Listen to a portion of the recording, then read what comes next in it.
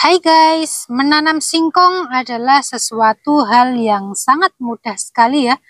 Apalagi di bumi pertiwi kita. Tanahnya begitu subur, hanya dengan menancapkan batang singkong pasti akan menghasilkan singkong. Tetapi jika kalian memang benar-benar ingin mengambil singkong sebagai mata pencarian kalian atau bisa dijual gitu ya istilahnya, tentunya kalian nggak sembarangan dalam menanam singkong. Pastinya kalian akan memutar otak bagaimana agar tanaman singkong yang kalian tanam bisa menghasilkan buah yang melimpah atau umbi singkong yang melimpah. Oke, langsung saja yuk. Aku mau berbagi tips bagaimana cara agar tanaman singkong yang kita tanam bisa menghasilkan banyak sekali singkongnya atau umbinya. Nah, tips yang pertama adalah pemilihan bibit yang benar. Jadi kita nggak boleh sembarangan dalam memilih bibit. Kalau salah-salah nanti tanaman singkong kalian tidak akan tumbuh secara maksimal. Nah, bibit yang bagus itu seperti apa sih? Banyak sekali pertanyaan-pertanyaan para petani singkong ya. Oke, langsung saja. Yang pertama yang harus kalian perhatikan adalah mata tunas pada bibit singkong itu sendiri. Nah, sebaiknya kalian mencari mata tunas yang berdekatan seperti ini.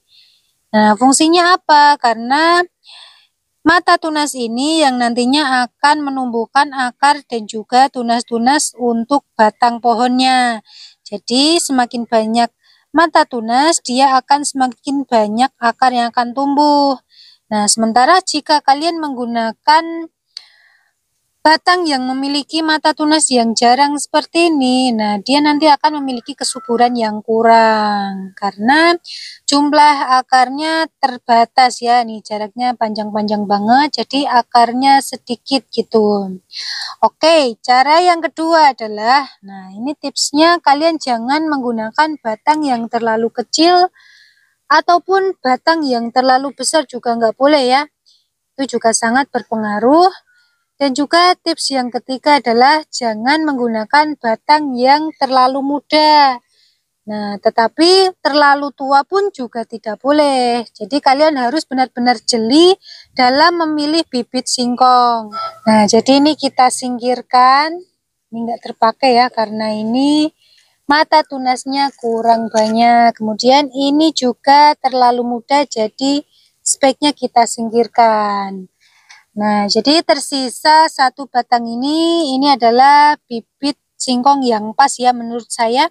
Tidak terlalu tua, tidak juga terlalu muda dan memiliki mata tunas yang berdekatan dan juga banyak. Oke, selanjutnya adalah kita potong batang singkong ini dengan ukuran kecil saja, jangan terlalu panjang ya.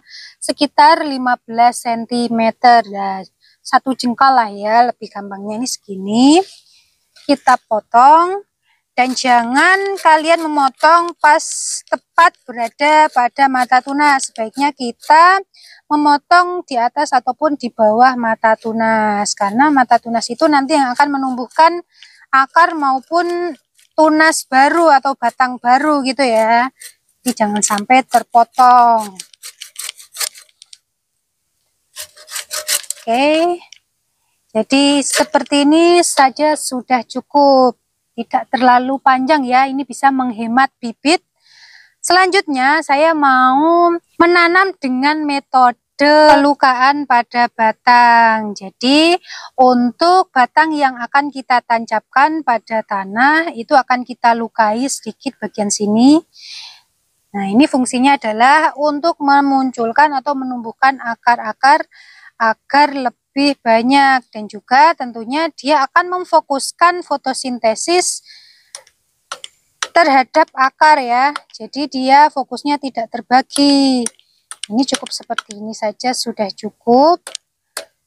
Nah, oke, seperti ini bisa, atau kalian juga bisa mengupasnya seperti ini.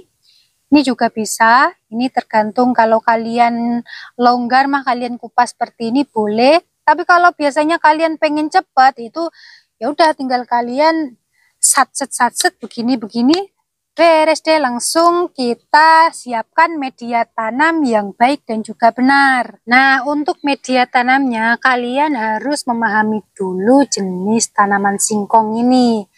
Tanaman singkong itu lebih mudah hidup pada tanah yang gembur. Tanah yang gembur juga sangat berpengaruh dengan kesuburan pada tanaman singkong dan juga banyaknya buah atau umbi singkong yang tumbuh. Kemudian tanah yang gembur juga tentunya akan memudahkan kita ketika memanen singkong, jadi mudah dicabutnya ya. Nah, selain tanah yang gembur, kalian juga bisa membuat galengan seperti ini atau gundukan-gundukan tanah seperti ini. Itu juga fungsinya untuk menghindarkan genangan air ketika musim hujan. Jadi menghindari pembusukan pada bagian singkong atau umbinya. Jadi langsung saja batang singkong ini kita tancapkan, kira-kira hanya cukup segini aja. 3 mata tunas saja, tidak perlu dalam-dalam ya. Kita tancapkan bibit yang sudah kita siapkan ke media tanam yang sudah kita siapkan. Oke, segini saja sudah cukup ya. Kita pendam. Ini memang terkesan tidak kokoh ya, nih goyang-goyang seperti ini, tapi ini tidak apa-apa, it's okay karena memang masih baru ya, baru kita tanam, tetapi nanti ketika dia akan tumbuh akar dan juga singkongnya sudah ada, pastinya tanaman singkong ini akan tumbuh kokoh. Dan juga kalau kalian menanam ini dangkal seperti ini, tentunya memudahkan kita untuk memanen nantinya. Dan juga tips dari saya, ketika kalian akan memfokuskan tanaman singkong kalian ke buah atau umbinya, sebaiknya kalian sisakan mata tunas ini menjadi 2 batang ya. Ketika dia nanti muncul mata tunas lagi, sebaiknya kamu pangkas saja.